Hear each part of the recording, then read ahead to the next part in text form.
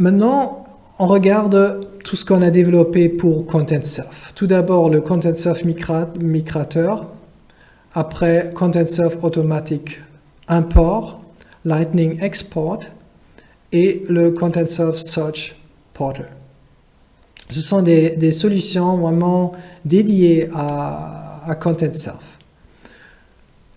Concernant les cas d'utilisation du ContentSurf Migrator, tout d'abord, vous avez peut-être un système PIM existant que vous voulez remplacer par ContentSurf, mais là, c'est vraiment la solution idéale parce qu'avec ce module, vous pouvez importer la structure, vous pouvez après optimiser le modèle de données existant, vous pouvez ajouter juste des attributs peut-être, et après, en cliquant sur un bouton, vous allez exporter ce data model vers ContentSurf.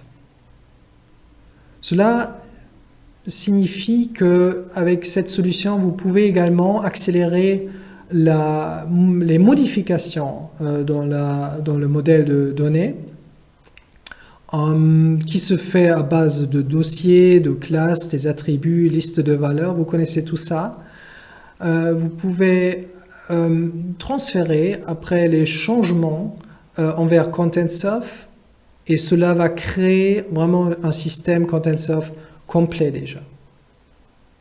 Et cette solution peut être utile si vous avez déjà un système dev de développement et un autre système de production et vous ne voulez plus le faire à la main, toujours manuellement, refaire la base de données, les structures, mais vous pouvez vous servir du ADIP qui fait le transport pour vous.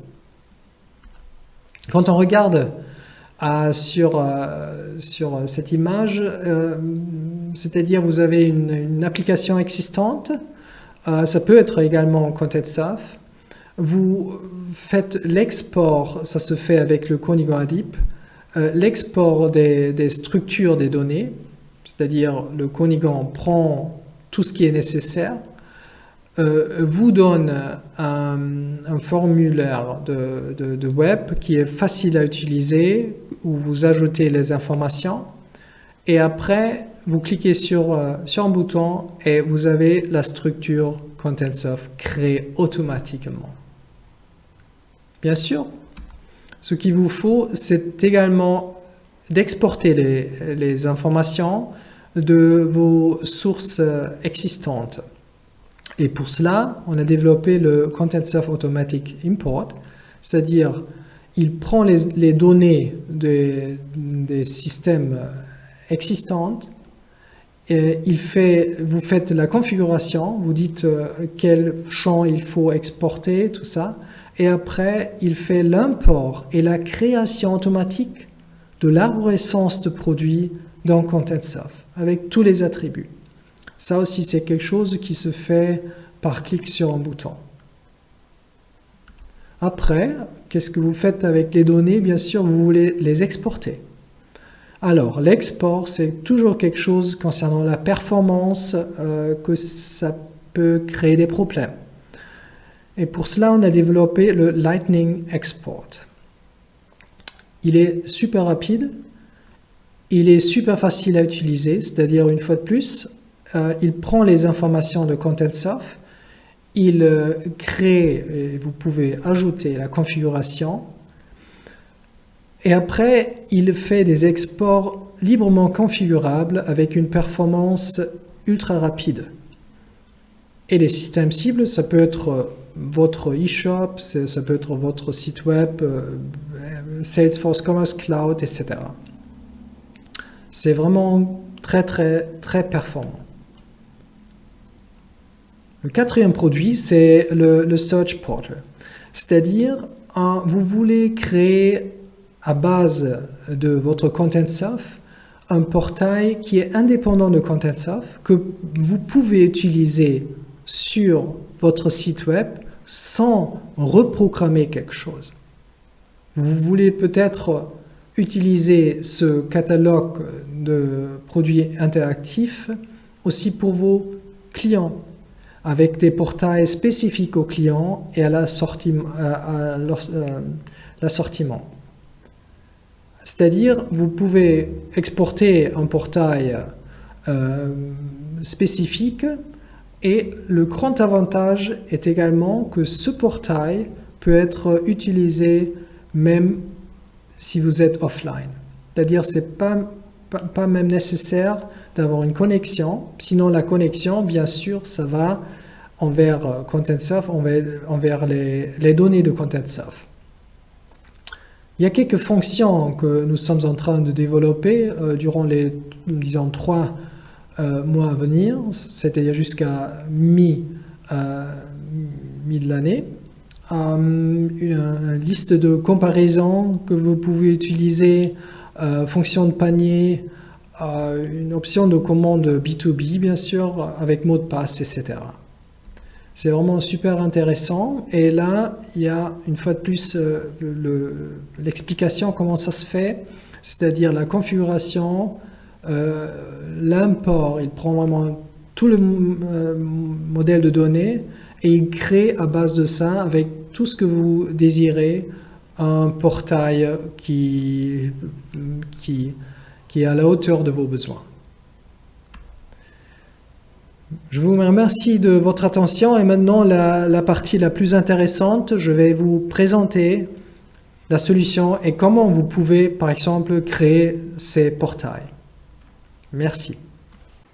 Pour cela, on se penche une fois de plus envers le Konigon Adip, mais cette fois-ci pas avec le client TÜV, mais plutôt avec BWI.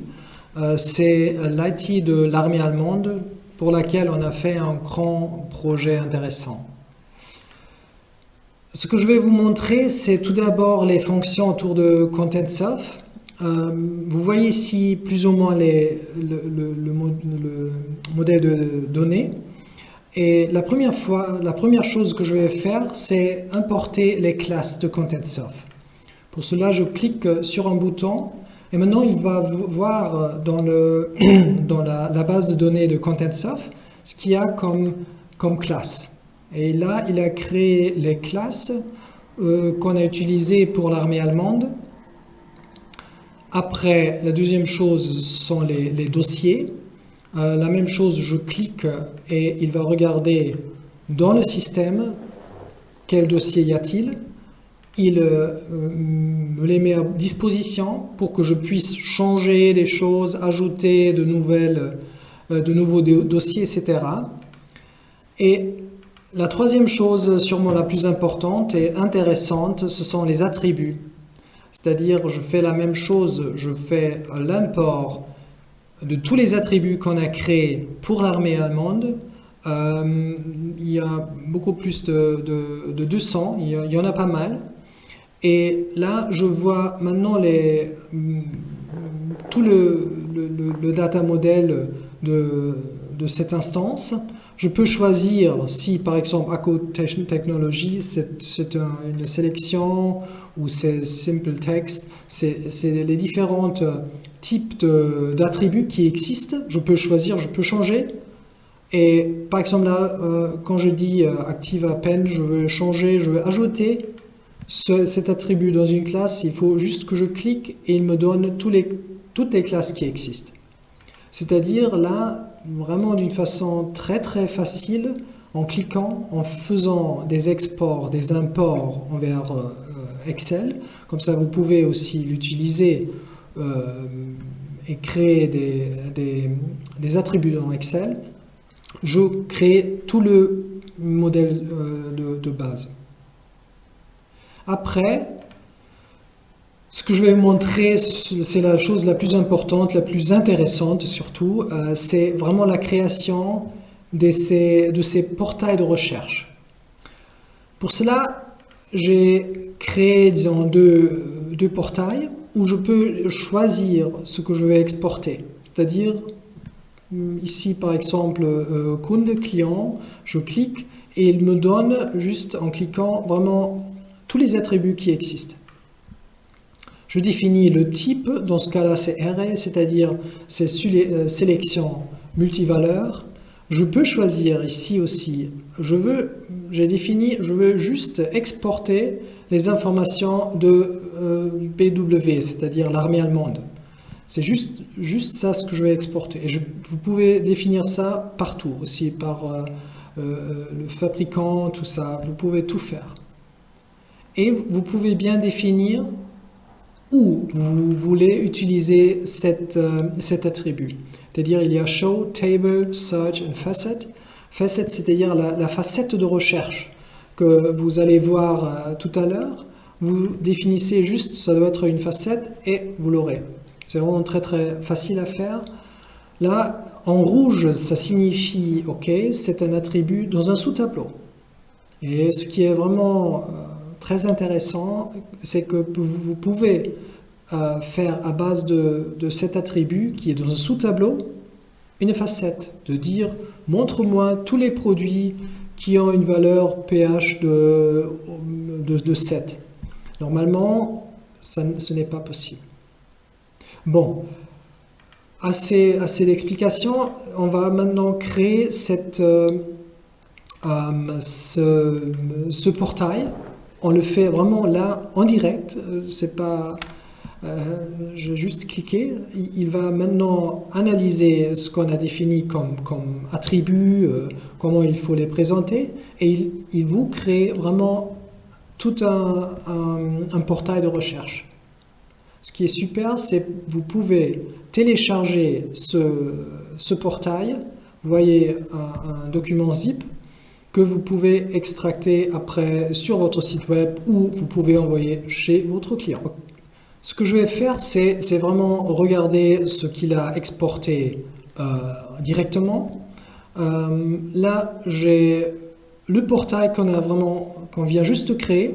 Vous avez pas mal de possibilités. Tout d'abord, vous voyez les facettes de recherche. Je peux dire, ok, montre-moi juste les notebooks ou montre-moi les informations concernant le fabricant Casio, par exemple.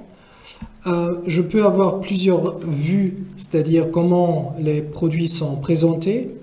Ici, vous voyez même des liens envers des informations du DAM, c'est-à-dire ça aussi c'est possible. Je clique, je peux sauvegarder ça.